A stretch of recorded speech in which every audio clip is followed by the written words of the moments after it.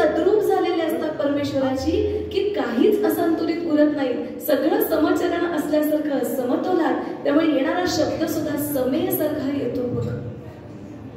मला असं वाटलं आम्हाला जगण्याची सम कळली नाही, समाधीतली सम कशी कळेल सांगा. अहो मी नाही बघू शकत. समर्थांच्या समाधीकडे सुद्धा गेलो, पुढचा अभंग समोर आला आणि वाटलं की समर्थ तुम्हाला जे रामरायाचं दर्शन झालं ते आम्हाला का नाही झालं? आम्ही का नाही पाहू शकलो रामरायाची अशी मूर्त? आम्हाला का नाही दिसला तो? त्यावेळेला वाटलं की गड काय किंवा कोणतीही देवळं काय, आम्ही पाऊल टाकलं की एकदा आमच्या मनात संकटांची किंवा मागायची यादी तरी असते, नाही तर आजूबाजूच्या सजावटीत तरी आम्ही रमलेलो असतो. आरास बघणाऱ्या माणसांना अंतरीची भक्तीची रास कशी कळेल? नाही कळत. ती रंगलेली रास ऐकू आली तर ते नादब्रह्मच परब्रह्मापर्यंत घेऊन जाईल. मला खात्री आहे की त्या परब्रह्मापर्यंत पोहोचलो की समर्थांना दिसलेल्या रामाचं दर्शन आपल्याला झाल्याशिवाय राहणार नाही. कसा दिसतो राम प्रत्यक्षच पुढच्या अभंगातून ऐकूया. आणि खूप आनंदाने सांगावं असं वाटतं की पुढचा अभंग केतकी स्वतः संगीतबद्ध केलेला आहे आणि पहिल्यांदा ते समर्थांच्या आणि रामारायाच्या चरणी अर्पण करते. नंदध्वनी असा राग आहे, त्यामुळे थोडंसं ती त्याविषयी सांगेल आणि मग रचनेला सुरुवात करेल. समर्थ आणि रामारायांना विनंती, ही रचना तुमच्या चरणी अर्पण करतोय, रुजू करून घ्या. समर्थ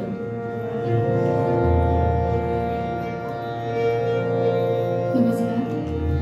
अनघाने आता सांगितल्याप्रमाणे अगदीच नवीन जन्माला आलेलं बाळ असं म्हटलं तरी हरकत नाही. अजून आपली टोपली शिवायला दिली.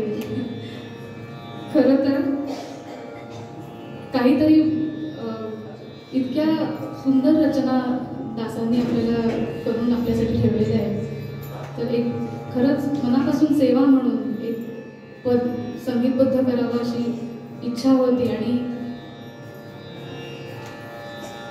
गाथा हातात आल्यानंतर हे पद समोर आल्या काहीतरी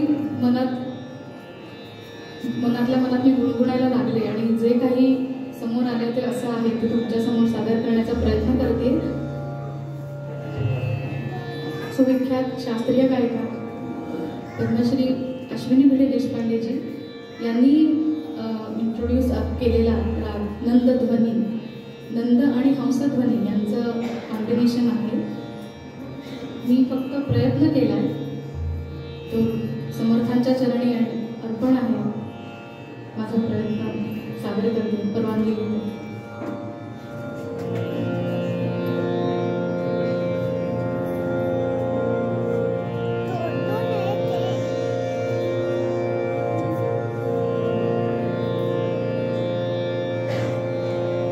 साधारणतः आपल्या माहितीसाठी म्हणून हंसध्वनी